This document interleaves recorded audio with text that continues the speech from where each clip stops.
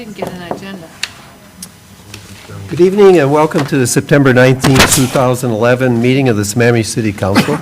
Madam Clerk, would you call the roll? Mayor Don Karen. Present. Deputy Mayor Tom McCall. Present. Councilmember Mark Cross. Councilmember John Curley. Present. Councilmember John James. Here. Councilmember Michelle Petusi. Here. Councilmember Nancy Whitman. Here. Eastside Student Liaison. Here. Skyline Student Liaison. Here. Okay, I think Councilmember Cross is probably caught in our traffic, so we'll recognize him when he comes. Councilmember James, would you lead us in the Pledge of Allegiance? I'd be happy to. Pledge allegiance To the flag of the United States of America and to the republic for which it stands, one nation, under God, indivisible, with liberty and justice for all.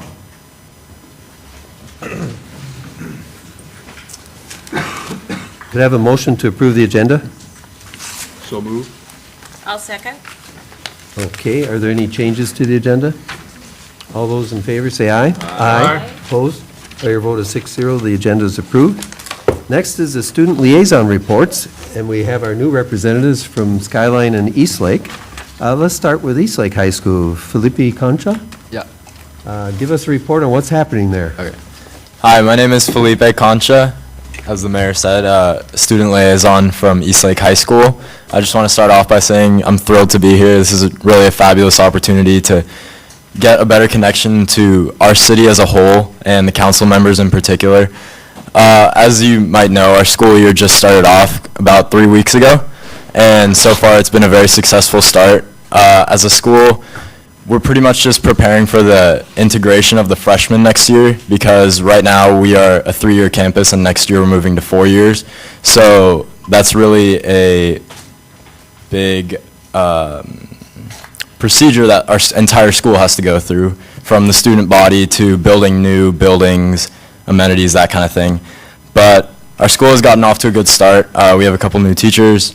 Everything is pretty much good. No major violations so far, so that's always good. Yeah, I'd say we've gotten off to a good start. And our football team is 3-0, so that's always fun. But I just want to say but yeah, thank you very much for the opportunity, council members, and I'm really excited to be here the whole year. Great.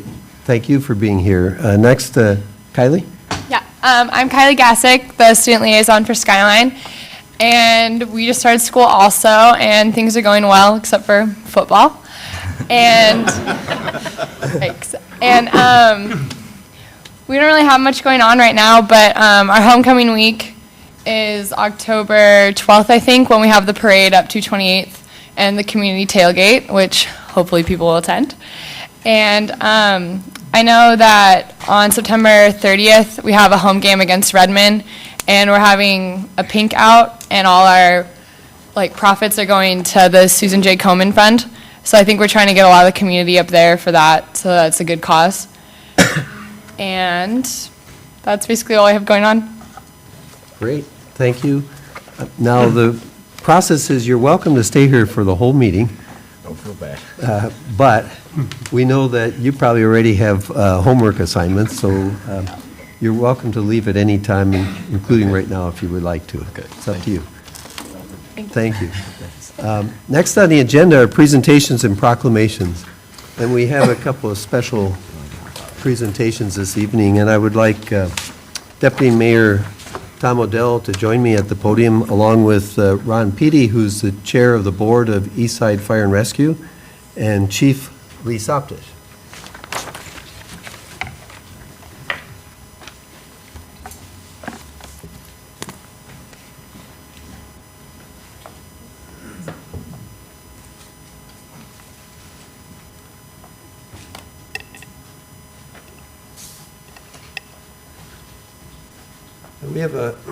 We have a couple of special presentations this evening, and hopefully Greg Barton and Hal Gorin are here tonight. Oh, come on up here. Yeah. I'm Don.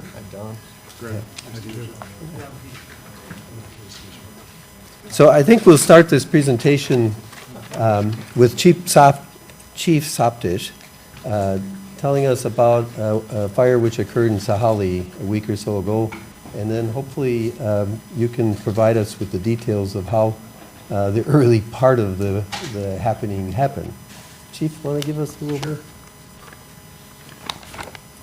Good evening. I'm Lee Soptic with Eastside Fire and Rescue, and first of all, it's an honor to be here tonight, and particularly under the circumstances where we have something to celebrate. We had a horrible fire up in the Sahali Country Club area a couple weeks ago, actually now, and as bad as that was, it could have been a whole lot worse. And because of the actions of a couple citizens, very quickly early on in the event, we still have a resident that's with us, and for that we're very grateful. I know that there'll be some discussion about some of the acts, but I can tell you that well, first of all, the emergency services that are, and I know I'm a little bit biased, but the emergency services that you have in your community are excellent services. The city's done a great job of making sure that you have the police services there when you need it, the fire services, the medical response teams. But even as hard as the city council works to make sure that that's there, and as hard as the responders are, much of the way that the event is going to fold out happens before we ever get there. If citizens aren't quick to report the fires, if they're not quick to initiate CPR, if they're not quick to initiate information, help us to get into a scene, as soon as the event starts to go bad, it gets a lot worse if we don't have a lot of good information and people on the ground. And so for folks that are involved in community watch programs, for folks that have some type of a system in place in your own neighborhood through your homeowners associations, for folks that have done some proactive things on their own, fire sprinkler systems in their homes or alarm systems, people that have, as citizens, taken first aid classes and CPR classes. You're the frontline defense. Oftentimes the fire service, the police, law enforcement folks are always considered to be the first responders, but in my mind, I honor the folks that are in the community that are alert to see what goes on. And whether you're involved as an individual or through homeowners associations, or whether you're involved in CERT, all the other programs that provide for you to help your neighbor, oftentimes the situation turns out a whole lot worse. Oftentimes the war is already lost if you're not involved early on. And so tonight we see an example of what happens when there's some individuals. And we know that there's more than just the two that are here tonight, but there's two that have done some remarkable things. In fact, I was telling the directors earlier tonight, if one of my firefighters did the heroic thing that we're going to be talking about here that Greg was involved with, Department of Labor and Industries would have been, and I'd have been looking at a big fine, and the firefighters union would have been very upset with me because their quick actions, because of the things that they were able to do early on, they saved a person's life. If they weren't there by the time we got there, then I think that the situation would have had a far worse outcome. And I think our resident in Sahali would not be with us today. And so for that, we certainly extend our appreciation. Oftentimes you'll hear that hero thing thrown around. I think it's overused in many cases, but truly you do have a hero in your communities, or you have heroes in your communities, and there'll be more said about both of them tonight. So on behalf of our agency, we certainly appreciate the work you did, and if you ever look for a firefighter's job, you could come and talk about it.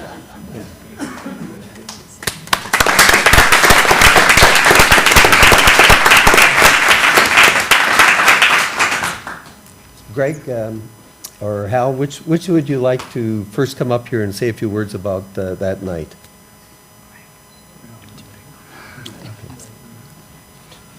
Well, I appreciate the rewards here, but I must tell you, the real honor should really go to that man over there, Greg. We both got up there, but he was the one who literally jumped right in And if he hadn't done so, Dale would not be alive today. I just kind of helped really at the end, but it was really, again, a true hero was Greg Barton. And for that, I really do.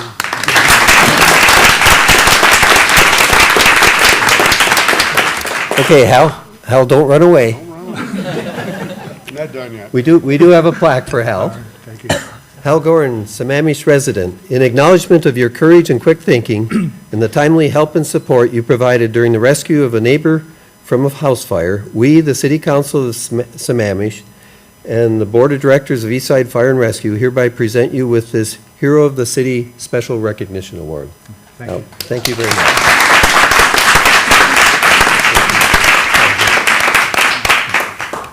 Actually, I'll give it a shot after everything's. Okay, sounds good. Tom, go ahead and ask for Greg to come up. Okay, Greg, would you come up, please?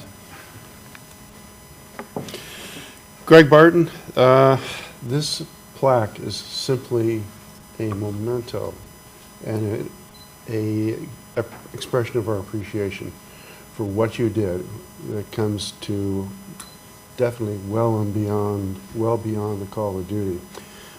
Those of us who've been in the military know that we never know what's going to happen sometime. We may have to risk our lives. Civilians normally don't expect this to happen, but when it does happen, fortunately, we have a gentleman here who rose the occasion and probably against a lot of people's wishes, took his chances right into the house and removed the gentleman after, I don't know how long he had to search for him, but I don't imagine it was really quick. But if he hadn't done this, as has been said, that fellow would not be with us today. So Greg, on behalf of the City of Sammamish and Eastside Fire and Rescue Board, a plaque for you recognizing your great contributions to this gentleman and to our community. So thank you very much. Thank you.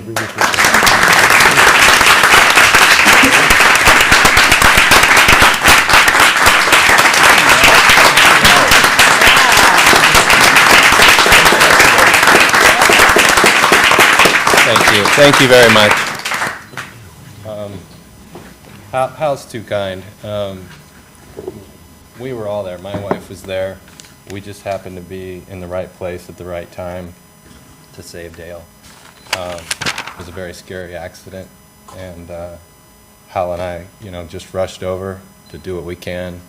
Nobody could find Dale, and Hal and I ran around to the back of the house and found a sliding door, which we opened, and smoke's coming out, the whole deal. And I dove in. I think Hal, the smart one, was like, "I'll wait here till you come out." We didn't even discuss it. It was just one of those immediate responses where I knew I had to try to find Dale, and luckily I did. And he's still in the hospital, but we're all praying for him. So, thank you all so much.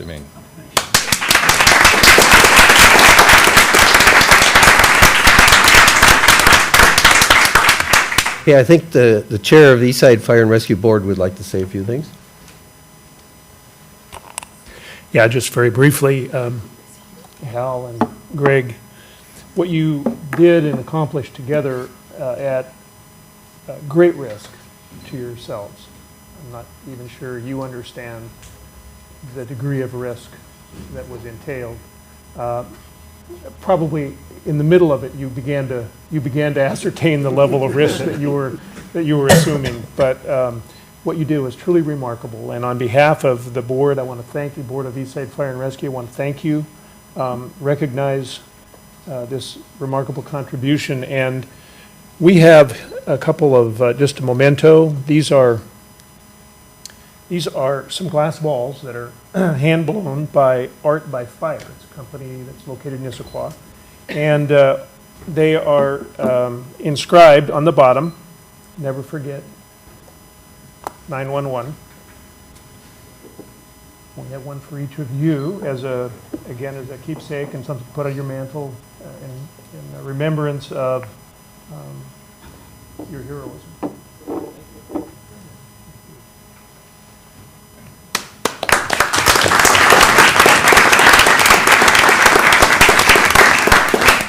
Now I think we probably could have a little photo op out here, is that right? That'd be great, thanks. Come on up.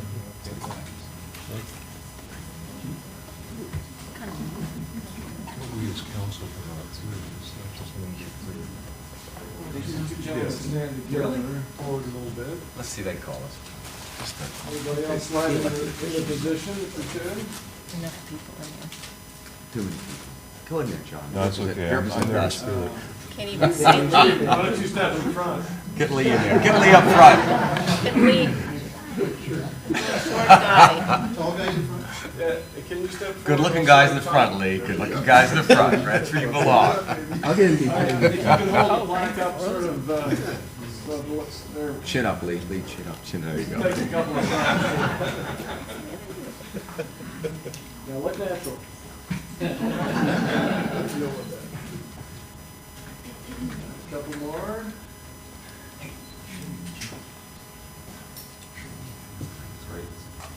Great. Thanks very much. Thank you very much.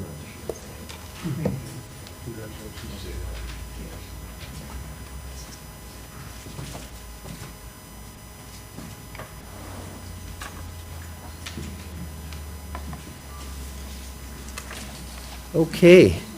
Next on the agenda, we have another presentation and a proclamation. Thank you for coming. And this is Eastside Mayor's Month of Concern for the Hungry Food Drive. And Mary Trask is with me here today. Mary, come on up. Tell us a little bit about this. Sammamish is one of 7 cities that are involved in collecting food for the month in the Eastside Month of Concern for Hunger. And we've participated for the last few years. Last year, we collected more food than any of the other Eastside cities, so we were quite proud of that. It's a wonderful opportunity for our community to come together and to give to those families who are in need. And for the next month, we'll be asking people to donate food at either the 3 fire stations. City Hall will have a drop barrel, TLC Academy, the 2 mail posts, and Plateau Chiropractic will have drop sites. So if anyone wants to participate in that way, they're certainly welcome to do so. We will also have volunteers who will be passing out flyers that look like this. And we'll be standing in front of Safeway, QFC, Klahani, and Pine Lake. And the volunteers will be asking people to consider making a food donation while they do their shopping. And those events will occur on the next consecutive Saturdays through October 22nd. So if anyone would like to volunteer, we'd love to have help. We'd also love to have your support. Great. Well, I have a proclamation here, and I'll skip to the last paragraph because Mary covered everything else. The Sammamish City Council hereby proclaims September 24th to October 22nd as Eastside Month of Concern for the Hungry, and strongly urge all citizens to join the Emergency Feeding Program, HopeLink, Renewal Food Bank, Issaquah Food Bank, Mount Si Food Bank, and the Aris Foundation to share what they can to nourish those who are hungry. Mary, I will be there with my blue pickup truck to help Thank you. collect all the goodies like we have in past years. So, and Are there John? sign-up sheets, Don? Like, are there sign-up sheets like there were last year? Mm-hmm. Yeah, there are sign-up sheets for the Mayor's Day of Concern, which is this Saturday. Okay. You can see Dawn Sanders, volunteer coordinator for the city, Okay. and she has some time slots that she needs to have filled in. And then if anyone wants to volunteer on the following Saturdays, then they can contact me, and Dawn can reroute them to me. Okay. We got We the 2 hope you'll cans be already there. from our council member with him, so. Right. Good deal. Okay, thank you very much, Mary. Thank you.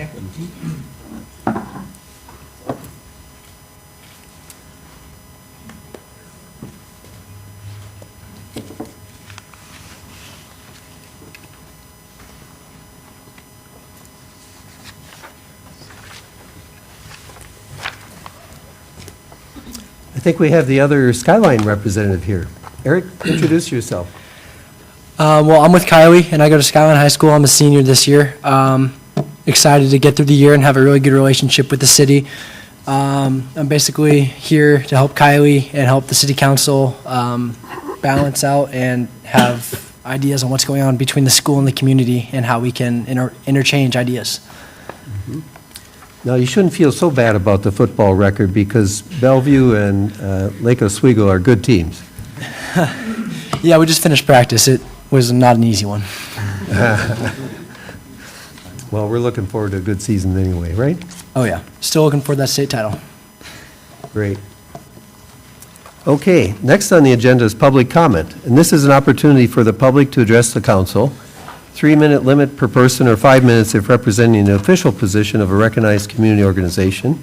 And we have a sign-up sheet here, and we will start with, well, it looks like Romero, you're number 1 on here, or Samuel Rodabaugh. I think he switched the order. Okay, Sam?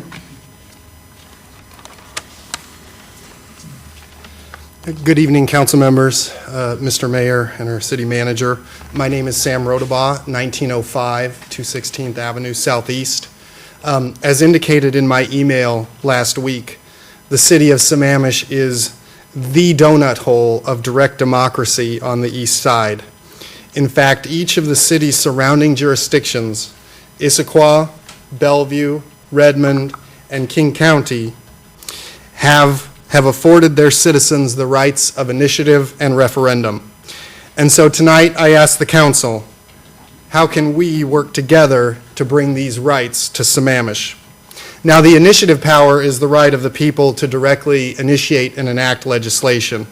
And in contrast, the referendum power is the right of the people to directly approve or reject laws that have been enacted by the city council. Now, Sammamish is a non-charter code city, and under state law, although the rights of initiative and referendum are available to all code cities, these rights may not be exercised unless adopted, and there are many cities that have chosen not to do that.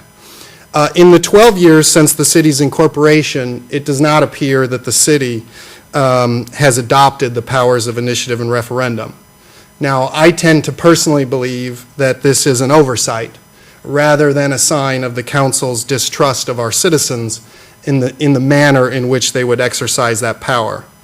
However, if the council were to adopt these rights, the council could send a clear message that it does indeed trust its citizens. My concern is that there may potentially come a day when the city council does take some action, and you've been very good not to do this, that is out of step with the community. And unfortunately, unless the rights of initiative and referendum are in place, squarely in place at that time, it may simply be too late for the citizens of Sammamish. Now, I have distributed to you a model resolution and model ordinance that's been prepared by the MRSC, an organization that provides guidance to cities regarding the manner in which they exercise their powers. This basic model resolution and ordinance is written for code cities like Sammamish who want to adopt the powers of initiative and referendum. I'm here tonight to request each of the council members, if they are willing, to indicate whether they favor adopting the rights of initiative and referendum, and ask the council to direct the city manager or staff to propose an appropriate resolution and ordinance similar to what I've distributed. Finally, it's come to my attention that the email that I sent to the council members last week regarding these matters had been forwarded on to many other individuals in our community. I'm thrilled that so many people have shown up unsolicited to support this cause. I welcome the enthusiasm and invite a courteous dialogue in this manner. Thank you. Thank you, Sam. Romero? Okay.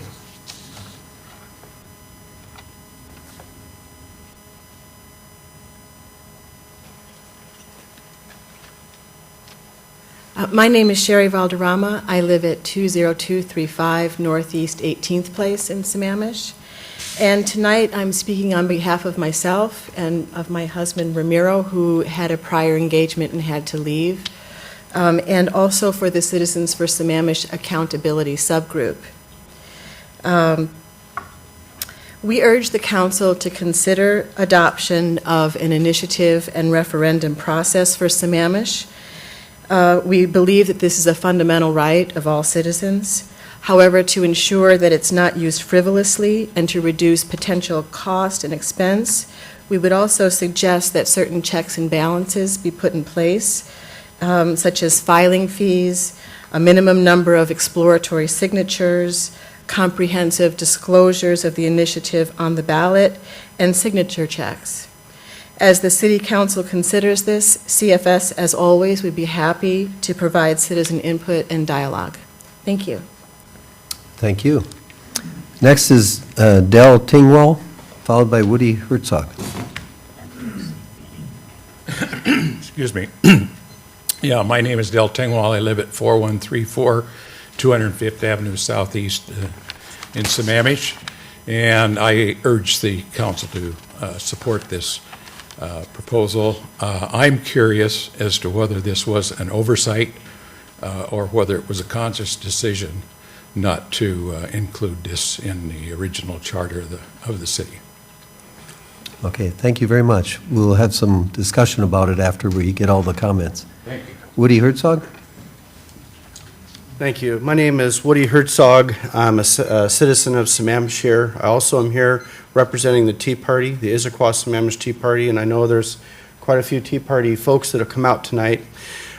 One thing to know about the Tea Party is that we're a grassroots, bottoms-up organization. We only come and do things formally if it's absolutely 90% or higher unanimous. We had a meeting on Thursday night. We discussed this option, whether to ask for your support in making this part of the city code, and it was absolutely unanimous. There's usually 50 to 60 people at our meetings.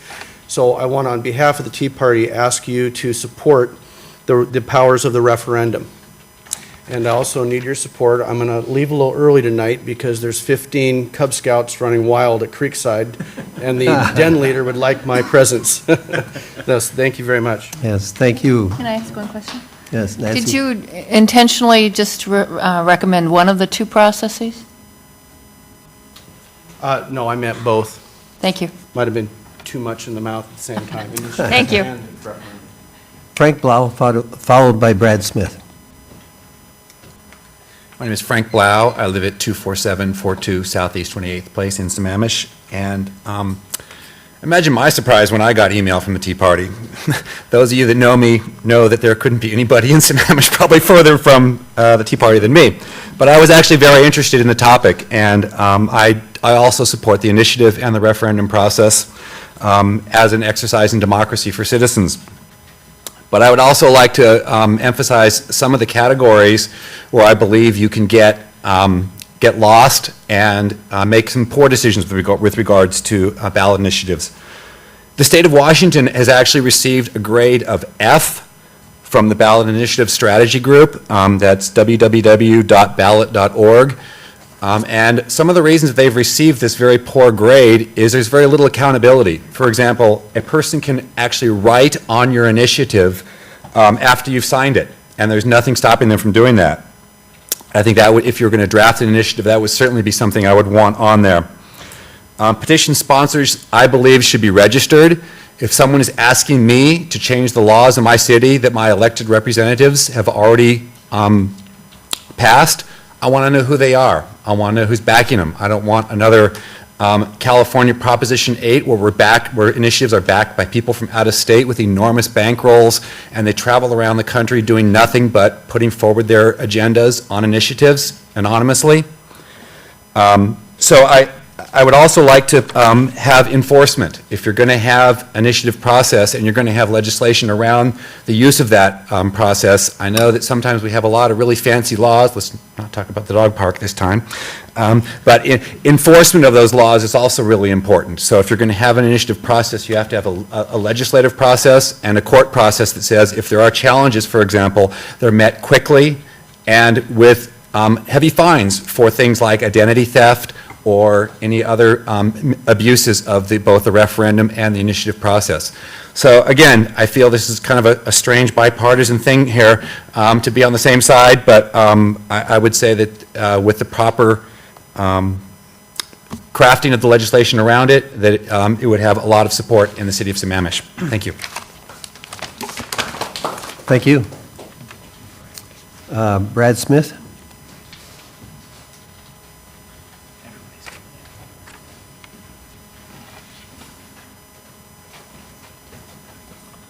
Hi. Thank you, council members, mayor, Mr. City Manager. Thank you very much for the time. My name is Brad Smith. I live at 2110 236th Avenue Northeast in Sammamish. I'm here actually on a different topic. I'm here representing the neighbors of the neighbors from our neighborhood. Minaz Merchant is also here from our neighborhood. The issue we have is that the people in the house that's right next to ours have decided that their 1 1/4 acre lot can accommodate a rooster and soon chickens. It sounds funny, but it's somewhat painful, as I'll go into some detail on that. The rooster is currently housed in a chicken wire cage about 10 yards from the back of our houses. Each morning at around 5 a.m. on a good day, the rooster begins to crow and crow and crow. It wakes our families up. So one rooster from one family is disturbing the sleep of many families, and we just don't think that's right. We're actually being held hostage by this rooster. He's a cute rooster. The irony is that the rooster owner actually subdivided his property so homes could be built, and then 8 years later, out of the dark, out of nowhere, decides to have a rooster. We've tried to reach a solution several times with the owner. We've told them we would help them move the rooster, help them build a soundproof shelter, and the only response we got was that roosters are legal. Basically, they did not care because there was no reason for them to care. They leave work around 5:30 in the morning, so they really couldn't care less about us being waken up every morning. We've been trying to work this out with the owner, but clearly, as our case shows, unless there's something legal or zoning oriented from the city with real teeth, and unless the city steps in, this neighbor will do nothing. They've committed to doing something. Thank you very much to Mr. Gorell, who got involved and has been helping us drive that today, so I thank you very much for that. But the verdict is out on what that solution looks like. These people have no interest and don't care what we think. And so this lack of neighborliness was quite striking. We believe the city needs more rules and zoning about this. Any one of you could have someone acquire a rooster and have it with really very few restrictions and very few limitations in terms of how it affects you. We've been fighting for 4 weeks to get a resolution, and nothing really happened until Mr. Gorell got involved earlier today, as I said. We also think we need to hear more from the community about this, all of the community. Most of the people in Sammamish don't even know this issue exists until it comes screeching down on them at 5 a.m. in the morning, and myself included. I never even realized this was an issue. I know it's been discussed in the past, as I've since learned. Never knew about it because it didn't affect me. Now that I know about it, I have a very strong opinion about it for sure. Let me highlight one other point. This will affect housing values. It affects everyone in the neighborhood. To save a neighborhood of single-family homes, to have a neighborhood of single-family homes with something like this stuck right in the middle with no restrictions, no zoning, no requirements or ordinances, it's going to be hard to explain to the buyer of my home that the rooster next door is really not a nuisance unless there are zoning and ordinance. There's a time when Sammamish was more of a rural community, when people got up at the crack of dawn, but that's changed a lot, and now we're a suburban city becoming more urban every day. My neighbors and I respectfully request that the City Council take action to study this and come up with a better solution. I'm happy to participate in a citizens committee on this. Roosters should not be permitted without more guidelines to ensure the rest of us are not punished. We need something with teeth that the city will support and can easily enforce. Needing to have the police come to your home at 5 a.m. is not a practical or cost-effective solution for the city, if the police would even consider doing that at all. We're pleading for a resolution. Our tired bodies require it. It's not right that the needs of one rooster cause so much pain to so many others. Thank you. Thank you, Brad. You are correct. This is not the first time that the roosters have popped up in Sammamish. And it went through the Planning Commission and to the City Council. Was it last year? Yes. Yeah, it was, and the Planning Commission had a public hearing, and Council had a public hearing, and yes, we went through a very extensive process. Out of that process, the Commission made a recommendation, and the Council adopted the Commission's recommendation. I asked Cameron to work with you and your neighbors today, so I think he had already contacted all involved parties. We will do whatever we can to get this thing resolved. Okay. Yes, John. As a chicken owner, hold on, no roosters. But I do know a rooster whisperer that I can put you in touch with. I'm serious, that knows everything there is to know about roosters. So if you shoot me an email, I'll put you in touch with Julie, a friend of mine. Okay. And I mean, have you gone through this, have you done the thing, where you put a timer in? Have you asked them if you could just put a $4 timer in? It keeps the lights on longer for 3 hours, the rooster gets confused by the time, and then when you guys wake up around 7:30 or 7 o'clock, the rooster's waking up because you've extended the time. Did you try all those little tricks? Well, until Cameron got involved, frankly, there was no interest on their part to do anything because the statement back was, there's no law against it. I got you. Well, we're glad you're here. We can figure this out. Okay. But please shoot me an email, and I'll put you in I'll touch do with a that. friend of Thank mine, you. okay? All right. Thank you. And now that Cameron's on board, here we go. Look out. Copy me on the email. I will. Good. On the sign-up sheet, Felipe, did you sign up here to? Oh, okay, okay. CJ, you're next, and then Jesse. Good evening, I'm CJ Kaler, 21911 Southeast 20th Street in Sammamish. Tonight, I'm here to report back to you as you requested on Sammamish Cares. And if you remember, Sammamish Cares was a consortium of local community service groups that joined together with the city to provide normal maintenance and repair to residents of the city who own a home who can't provide normal maintenance to their home, some simple things. We started this on January 1st of this year, and we're still running. We received a grant from the Healthy Aging Partnership of $4,600 to fund this. We have about $3,000 left of that, and they've extended the grant till October the 31st of 2012. Now, if we run out of money before then, well, guess we'll be back to talk to you. But right now, we're still good. We have expended about 109 volunteer hours on 4 clients, and we've used various and sundry 20 different volunteers to carry out the projects. When a citizen or resident wants some help, they do it through our partnership with You, the City, through the volunteer coordinator, Dawn Sanders. So just a short review of the type things we're seeing. 4 clients we've seen. We've been submitted with 6 requests, and 4 of those qualified under the reason that we were set up to do it. The first client was an 87-year-old female widow who lived by herself. She just needed her cement deck cleaned because you know what happens in the wintertime here. They get slimy and slippery, and some yard waste cleaned up. So we had 4 volunteers, about 9 hours of labor, and fixed that up for her. The second one needed a little more, but again, an 80-year-old woman who lived by herself in her own home. She had had knee surgery and bilateral hip surgery. She needed cleaning again of, guess what, a deck. It was slimy, and it was very slimy. Replacement of some rotten boards on her deck, construction of a handrail. She was going down 3 steps, sitting on her bottom and scooting down to get down to her lawn. So we put a simple handrail up for her. She needs some plants pruned, and she had an 18-foot section of a fence that had fallen down, and she wanted that put back up.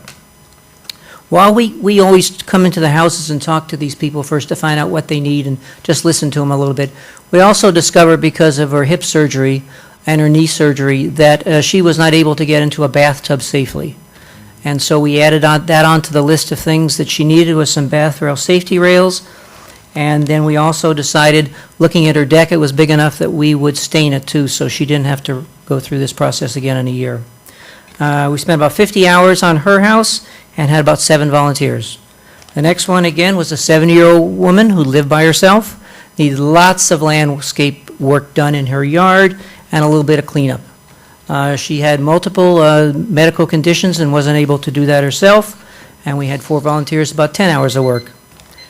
I get 5 minutes, Donna, because, yeah, thank you.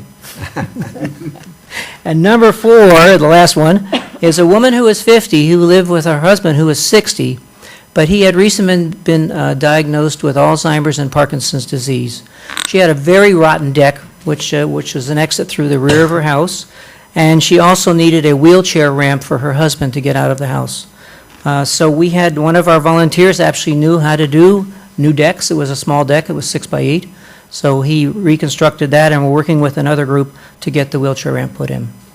So as I told you, that was 4 out of 6 requests. At the beginning of this project, we thought there was a projection we might have 18 requests a year, about 1.5 a month, but that hasn't panned out. But the year is not through. If you remember the big win we had back in December of a number of years ago, we could expect to get really overwhelmed. Don't know what's going to happen. To publicize this, we've contacted some of the major churches in the area, put articles in the newspaper, distributed 500 brochures to Sahali area. Of course, we come and talk to you, and I found out one of our clients actually heard me talking to you, and that's why she called the city. And we're planning to put a program information piece on Channel 21. That's what we're working on. One of the other things we're working on, we found out with the client who needed the deck that the city does not have a reduced fee permit for people who are need that kind of service. And in fact, we discovered that the permit to redo the deck would have cost $400, which is the same price of the wood. However, we found out that if the deck was 30 inches from the ground, then there was no permit required. So guess what? We built up the dirt and got away without a permit. But we're working with Community Development Department to try to see if there might be some sort of code variation that would allow for this to happen in the future. The other thing we've learned is we've met a lot of the other city services that we have in Sammamish, ways to work collaboratively with them. And we're still continuing to develop our list of community volunteers, but there have been a number of very generous citizens who have called Dawn and said, I'd like to be on that group to help.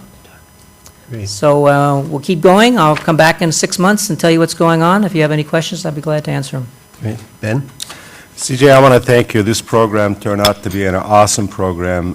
Rotary Club and the local Kiwanis Club and the spearheaded this program, and you guys are doing a great job of addressing it. For council's information, during the budget update, I'll be coming to you with some sort of adjustments on the fee. Obviously, we can't just give it away, but we certainly can have general fund to pay for the small amount of fees that we can help these groups to address the precious projects like this. So we'll talk about that in the budget adjustments. Thank you, Ben. Tom? CJ, you must have been reading my mind. I was thinking about you a week ago and wondering how things are going, so thank you for coming tonight. And I'm delighted to hear that there are people in our community who have been helped, because I think the need is there. It just hasn't been recognized and dealt with before. Two things. First of all, on the permit, I would hope that we would be able to find some way of working that issue for you in the very near future. And I look forward to hearing from Cameron and Ben on this further. Secondly, the fourth case you mentioned hit very close to home. 2 years after I married my wife, my father-in-law, who was age 53, was diagnosed with early onset Alzheimer's. And I know what that did to my mother-in-law in terms of her having to deal with that. So I really do appreciate your coming to the aid of that family, especially because that really hit close to home. But what you do is important for all the people. As we all age, more and more of us are going to fall into the category where we can't do it ourselves, and not everyone has the wherewithal to go out and hire someone to do it. So I think your organization's doing a really great community service here, and thank you. Thank you. I'll convey that to the full group. Nancy? Yes, CJ, I also wanted to thank you. Tonight, we started out with presentations for heroes, and your group now makes a presentation, and I hear neighbors helping neighbors, and that's really so important. That's what Sammamish is all about, so thank you very much. It's a really important donut hole that you're helping to fill. It's wonderful. Thank you. Yep. Thank you, CJ, and thank you, Sammamish Cares. Thanks. Yeah, thank you.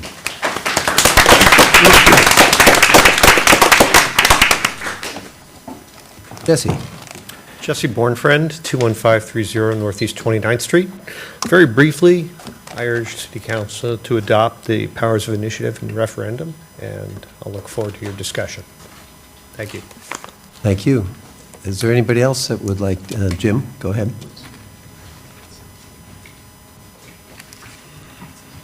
Thanks, Mr. Mayor. Jim Wozniak, 22613 Southeast 32nd Street. I'm glad I don't have to follow the discussion about the rooster. Regarding the city adoption of rights of initiative and referendum, Sam, I appreciate you bringing that to our attention. I believe the city should go ahead and adopt this matter, and I certainly look forward to a lively discussion, as you guys normally do, going through all the different aspects of this ordinance. Thank you. Thank you. Is there anybody else that would like to address the council at this time? Well, we've heard quite a few of you talking about the initiative referendum process, and I've already asked the city manager to schedule it on our upcoming agenda sometime. I know we have things on the immediate ones coming up, but we'll have a good discussion on it. I appreciated some of the input from you in terms of issues to consider when considering this initiative referendum process, and certainly we'll hear some others perhaps from our city attorney as the process moves forward. Ben, do you want to say anything further? Mr. Mayor, thank you. You had mentioned to me about this topic coming up tonight, so I did ask our city attorney to do some research on this, and she provided some research information. We got some questions and comments from the audience here, and thank you for coming over here and letting us know it's some important topic. I can assure you this was not intentionally omitted from our codes. As a new city, we go through lots of challenges of doing many different things. It's just like opening a branch office of a business operation. And it hasn't been on the radar, except that we discussed that briefly a couple of years ago, I believe. We haven't done anything about it. So what I'm going to do is to work with mayor and deputy mayor and schedule a study session, and we'll get all the facts on the table, and we'll figure out how best to proceed with this. Nancy? I've always been a fan of citizen participation and very supportive of these measures.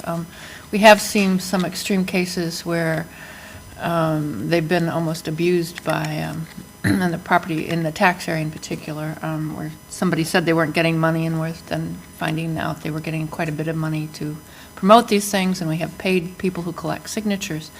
I guess my question is for the city attorney. Mr. Blau also brought up things to be concerned about in the exercise of these rights. Do we have to adopt just a broad, unconditional type of ordinance, or can we condition the ordinance to address some of these things, for example, that Mr. Blau brought up, or to address for paid signature gatherers, that kind of thing? In answer to your question, that's one of the things that we're going to be looking at when we more thoroughly research this topic, because I did hear a lot of the safeguards that were brought up, and we're certainly going to be exploring those. Can I also suggest that maybe, since this is not going to be a simple yes or no answer, I think it's something that should be vetted before our planning commission with public hearings at both levels to get their input and expertise in terms of addressing these. And I know it's not a land use issue, it's just having a citizens committee that can look at these issues objectively to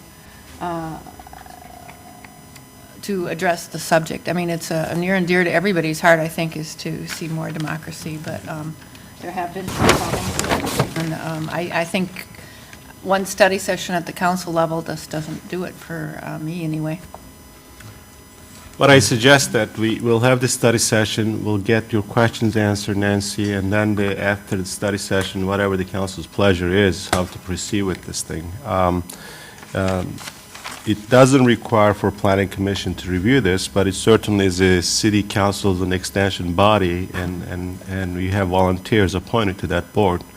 So if that's what your council desire, to have a public hearing or meeting at that level, we certainly can do that.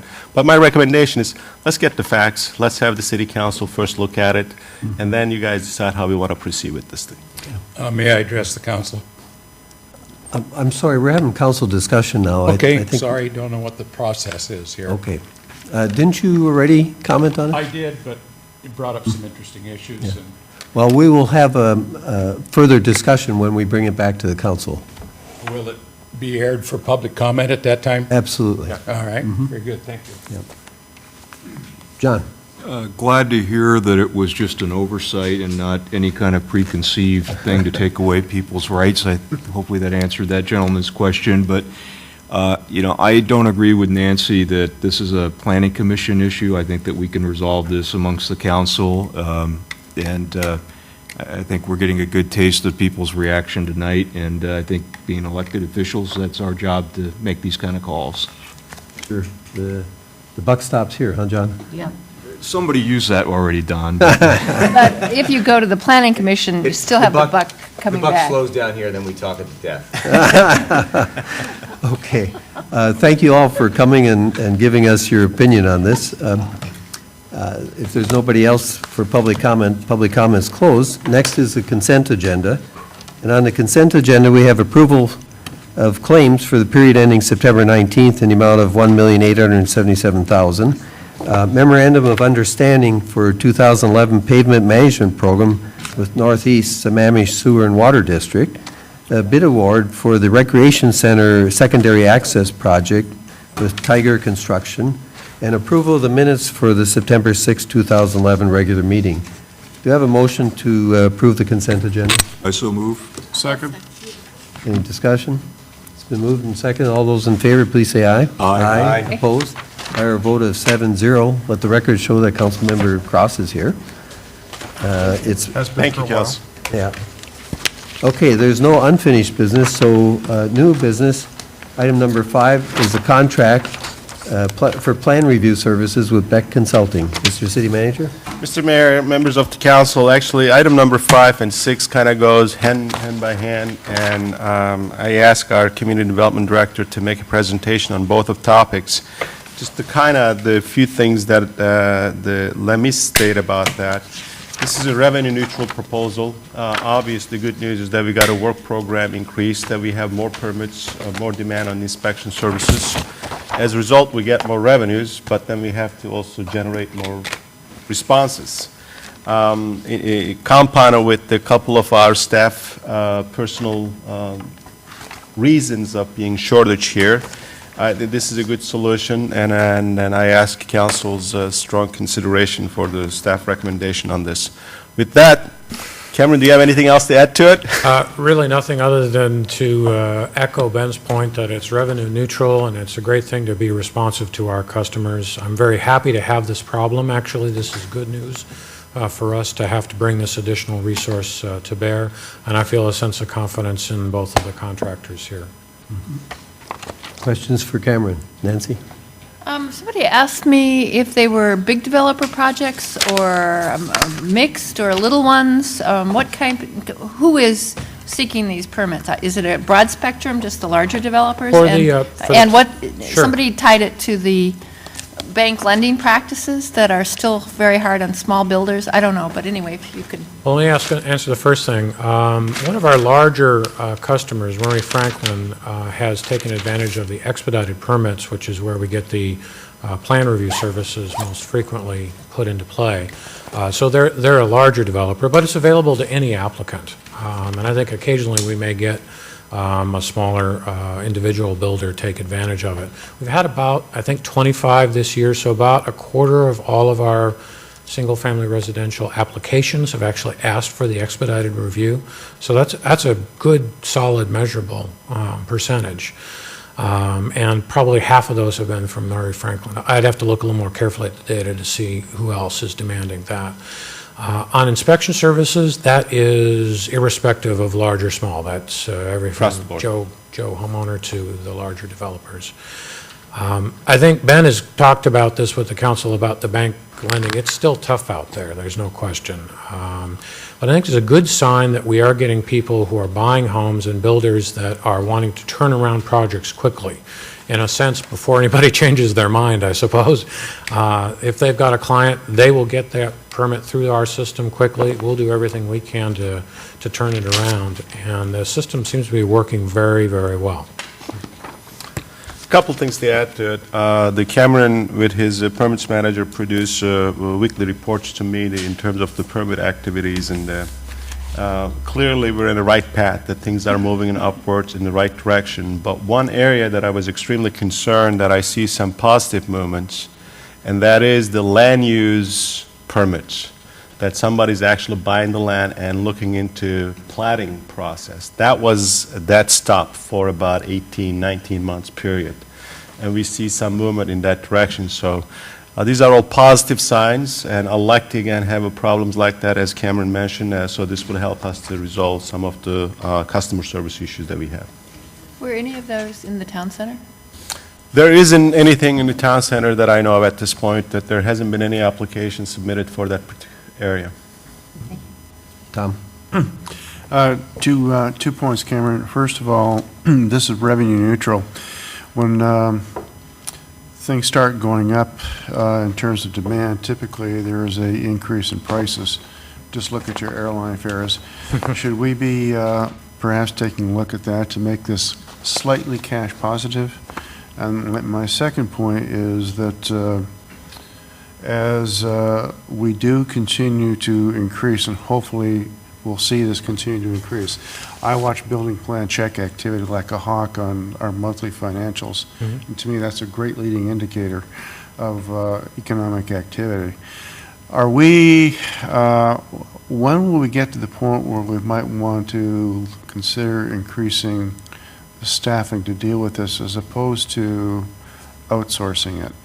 Well, let me Because answer that one before the outsource- Cameron. Excuse me, every time we outsource this thing, there's a little bit of profit margin there for the other guy that kind of gets in my way.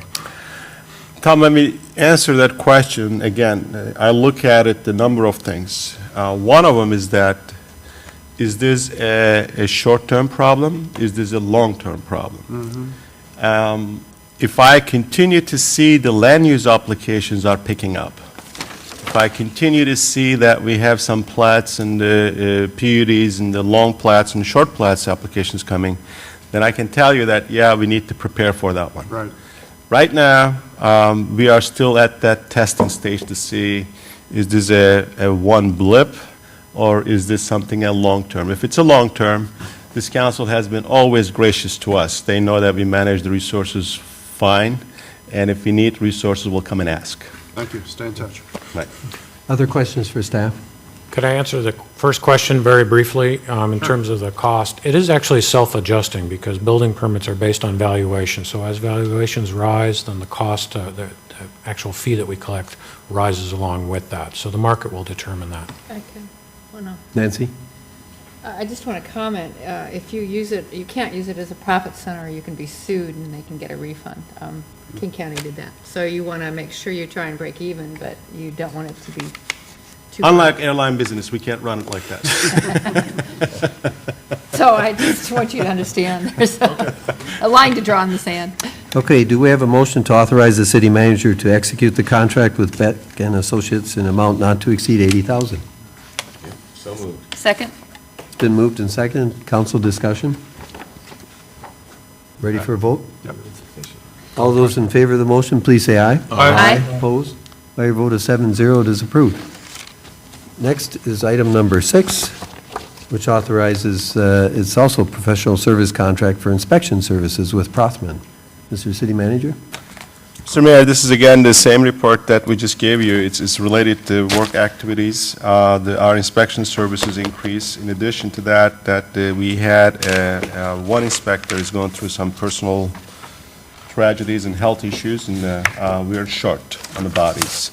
Again, this is revenue neutral. We have enough work activities to pay for it. This will not be additional liability in the general fund revenues. So I encourage council's strong consideration of authorizing me to sign a contract with Prothman and Associates in amount not to exceed $65,000 so I can get a contract inspector on board. Do I have such a motion? I'll move approval. I'll second. Moved and seconded. Any council discussion? All those in favor of the motion to authorize the city manager to execute the contract with Prothman in the amount not to exceed $65,000, please say aye. Aye. Opposed? By your vote of 7-0, it is approved. Thank you, council. Okay. Next on the agenda are council reports. John, start with you. On behalf of the Economic Development Committee, I received an email from a citizen just wanting to know what we're up to, and just for the benefit of those that don't know, our committee was established to meet quarterly. We had two initial meetings, one to decide the scope of the work and then to ultimately decide who was going to take what piece of the pie, and we've been working individually as members to work on reaching out to to landowners. That's kind of been my task. Tom's been talking to potential tenants, and John Curley has been talking with potential developers. But rest assured, we're in a listening mode right now, just trying to get input from the different stakeholders that could be involved when this town center is ready to start taking off. So I see, some of the more decision-making and recommendation processes happening next year, and that may mean that myself and John and Tom may still volunteer to be on that committee, or whoever's mayor at that time may elect to have somebody else. But to piggyback on some things that might be a benefit, not just to the Economic Development Committee, but to anybody on the council, I've taken field trips with the Planning Commission, and we did one for the affordable housing through ARCH, and I think Habitat for Humanity was involved. But here's one of our sister cities in Issaquah up in the Highlands. Some people are skeptic when it comes to low-impact development, and there's this new development by Z Homes, which is reported to be true zero net energy housing. I mean, the ultimate of low-impact development, perhaps. So I don't know, apparently these townhomes are available for previewing. I don't know if anybody on the Planning Commission might like to take a field trip, but if one could be orchestrated, I'd be happy to tag along, and there'd probably be some other people here to see what's going on in Issaquah, and if that might not be appropriate for our own town center. So We'll just a talk to suggestion. Issaquah, see what we can do to organize one. Yeah, it's just something that's right on the cutting edge, and it's happening right here in our backyard. And they're supposedly one of the first, if not the first in the country to achieve this goal. Good. Thank you, John. Michelle? Well, I just wanted to say I'm back from Italy. I was in Italy for 2.5 weeks, and so some of you were looking for me, and that's where I was. And it was very interesting. What I wanted to share was I got to participate. I was involved in a demonstration in Rome, which was fascinating to be involved. And then I read about it in Time magazine on my way back on the plane. They were protesting, obviously, the government putting increased taxes, and we got hit with it because they put in a visitor's tax, of course. So when you got your hotel bill, when you're ready to check out, it was an extra $3 per person per day. And then I was reading about the public officials. Anyhow, it was there was a demonstration at the Parliament building, and we just happened to be in the area when it happened, and they had helicopters and the SWAT team and the whole 9 yards, with about several hundred people protesting the actions of government there. So democracy is alive and well in other countries. But what was interesting, I was reading about the politicians, is they put these tax increases in place, and then wow, do they get good benefit. They didn't, like this last year when we rolled and held back and everything. They have a food allowance, a housing allowance. They get full retirement for serving one term in government.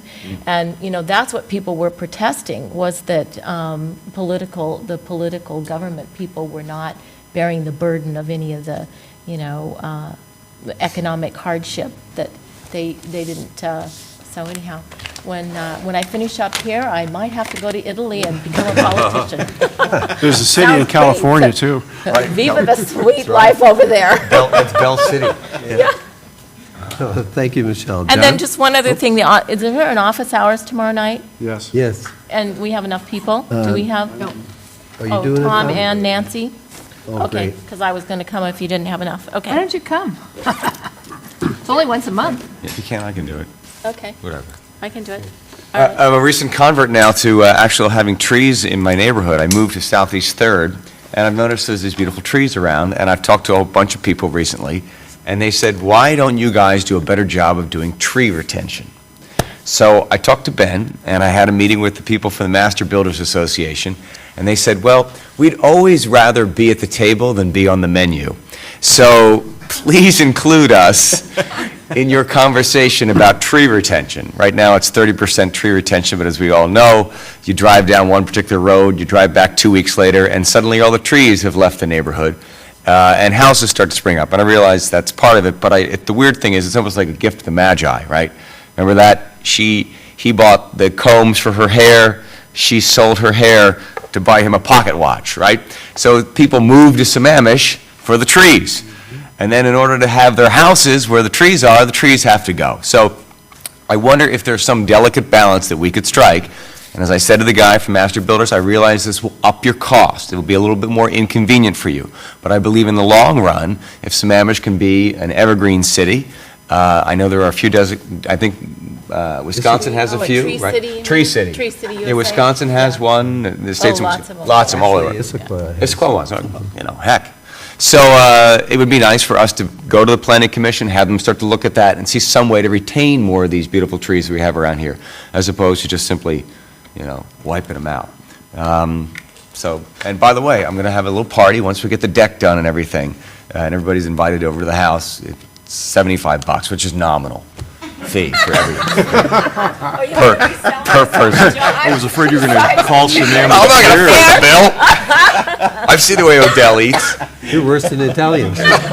Can I make an observation comment here? Yes. I think this is the first time in our city's history that we've had more city council members live in the north than the south by him moving one block over the dividing line. Yeah, I'm in 074 now. Yes. And maybe I'm wrong, but you would know, wouldn't you, Don? Yes, I would. You're wrong. Is that No. true? The balance of power is changing. Right. So, Mayor, I think what the council member Curley is asking, that if the council generally in agreement with his overall arching goal, I think it's a very admirable goal, that if there's a way that we can increase our tree retention policy. But it's not 30%. It's, So if that is so, that I'll sit down and talk with the mayor, deputy mayor, and community development director and planning commission chair, so we'll see what we can do to put them under the workload, because it's a land use matter. It has to go through the planning commission, and we need to take a look at it. But I need to get the first council's sense of direction. Is this something that you want us to take a look at it? We had talked about the formal process of being a Tree City USA, so. Right, so this goes hand by hand with that. Is Mukilteo a tree city? Could we trump them on this? We'll get them on the trees. get us up. So Move us do we up have a a notch. consensus from the, yes, Nancy? Ken, John, I'm very delighted to hear you're converted to tree retention now. That's Yes. great. Yeah. Oh, It's I was also an never It's also an anti-trees. LID technique, so right Right. on. I was never anti-trees. I had just never experienced a tree before. Never hugged it. I had heard of them, I had read about them.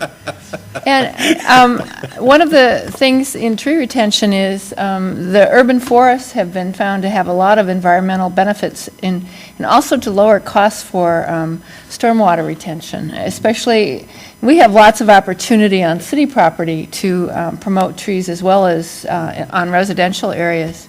So I guess I would like to focus in on some of the science there and take a look at what other cities are doing in terms of being an urban forest, at least in terms of city properties. Good, I think you've got consensus. Great. I'll work with Cameron to see what we can do to get this thing on the schedule. Okay, John, are you through with your report, or do you want to talk about roosters or something? No, I'm all set. We have a bear in our neighborhood. Oh, one other quick thing. So I move into this neighborhood, and somebody a day before says, hey, can you fix the road on the sides because all the water comes tearing down the hill? And we've been complaining to the city for 8 years, and no one does anything. Well, the next day, just simply out of pure circumstance, just serendipity, they show up and fix it. And I have to say something, I had nothing to do with that. It looked so bad, but at the same time, it looked so good. It was amazing. They all thought it was something else. So it was just, when I asked Ben about it, Ben said, no, Southeast Third just happened to be on the list the day after I moved in. It was just weird, nothing to do with it. You wonder about that. When I first got elected, shortly thereafter, the police were patrolling the street in front of my house. Really? Yeah. After you moved in, Don? That's because you moved in, Don? Is there something you'd like to tell us? I had a rooster at that time. Tom?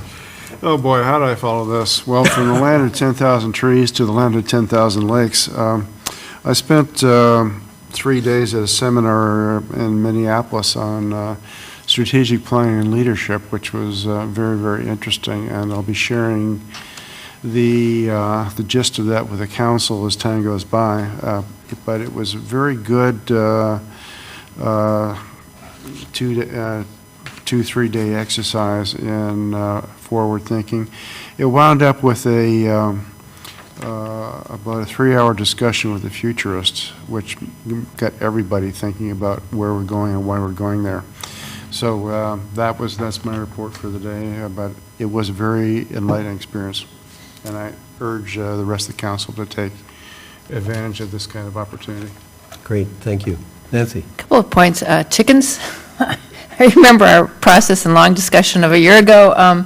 Consensus was not too many people were complaining, so we weren't going to do anything. And one of the testimonials was, well, my neighbor puts her chickens indoors, so it's not a problem. And of course, the problem is everybody doesn't do that. So kind of an interesting, I hope it's going back to the Planning Commission or something's going to happen with that. Secondly, I wanted to talk briefly about the 32nd Barricade.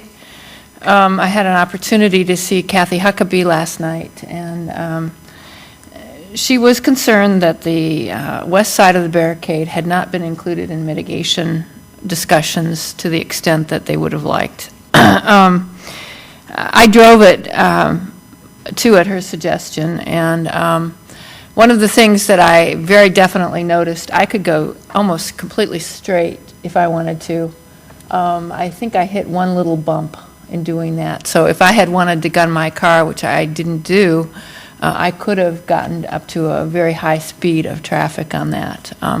So I do think we need to take a closer look at the barricade mitigation things and see if there aren't some fixes that we can do to that work. I think there's very legitimate basis for concern there.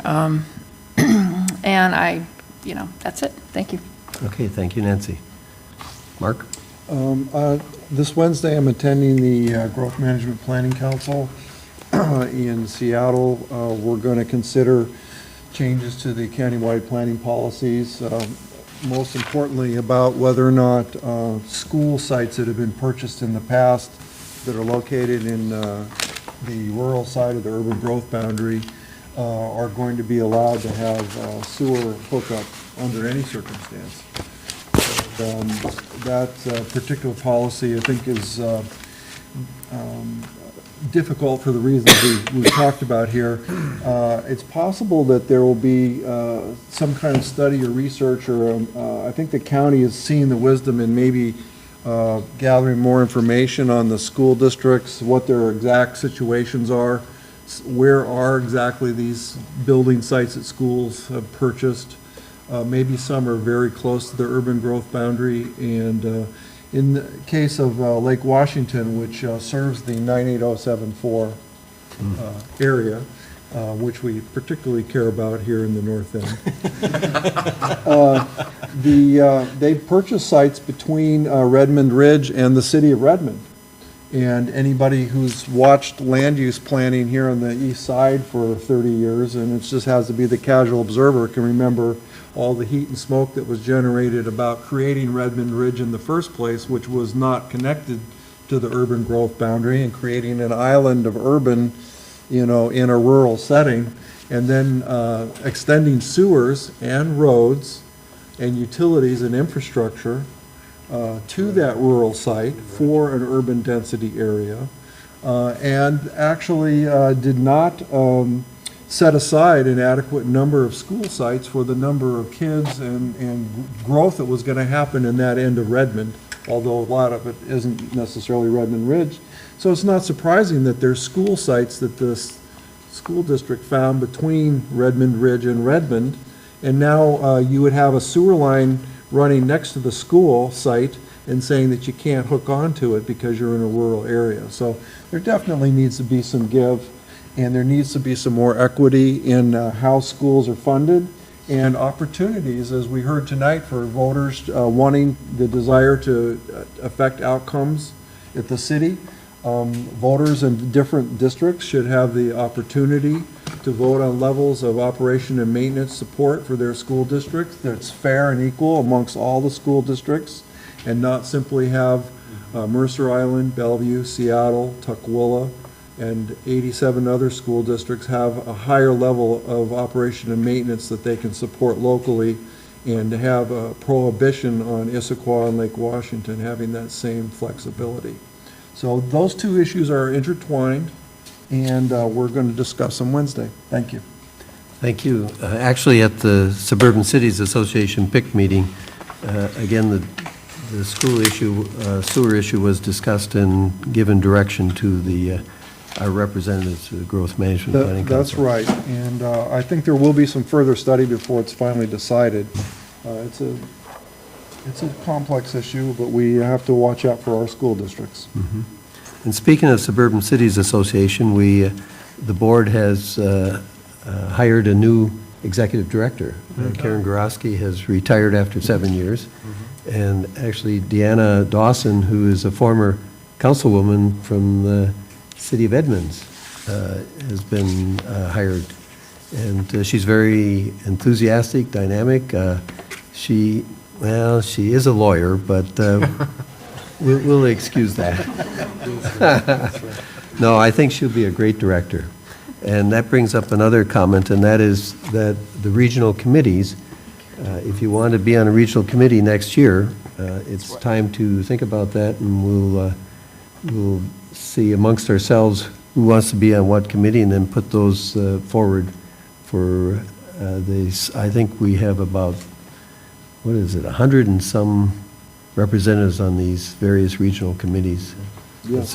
Don, the timing seems off on that, because if we're going to have several new council members, then they would not be able to toss their hat in on any of those committees. That's true, and we actually discussed this at the Suburban Cities Board, and what we will do is take recommendations in November, but keeping basically the final decision into January. But in all likelihood, if someone's new on a council, they're going to focus on local issues before they get into the regional arena. True. But there may be a rare exception, and that Well, flexibility. they usually put those people as alternates too, so they can learn Right. stuff. Yeah. Right. Okay. Let's see, I did have one other issue. Oh, yes, speaking of Mukilteo, there was a mayor's exchange of Mukilteo last week, and Mukilteo, you know, is ranked number 8 in the nation as best places to live, and we're down there at 15th, so I've been taking gas from Joe Marine, the mayor of Mukilteo. The two mayors go at each other all the time. Now, I just happened to have gone back to Wisconsin a few weeks ago, and I spent a night in Middleton, Wisconsin, a suburb of Madison, which is number 8 in the nation. So I got the brochures and information on Middleton, and I presented it to Mr. Marine. And Where's Mukilteo? Where's Joe? He's 9. Oh, yeah. okay, that's fine. Yeah. And of course, you told him you lived near there or grew up near there. I said I got a lot of good hints from Middleton as to how to be number 8. Mr. City Manager, your report. Thank you, Mr. Mayor. I have a very quick report that there are quite a few things going on. I don't want to get into everything, but on the regional level, Councilmember Cross has been the champion of advocating our 2 school districts a very important critical issue, that is to be able to extend the urban services for the land that they had purchased to provide the school facilities.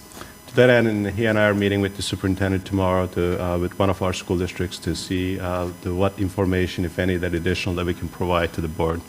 And Council Member James has been very active with the local issue in economic development, so I have a meeting with him and a couple folks coming from the Pierce County area that we're meeting with Friday to talk about a couple of their own experiences, see what they did work and what they did not work.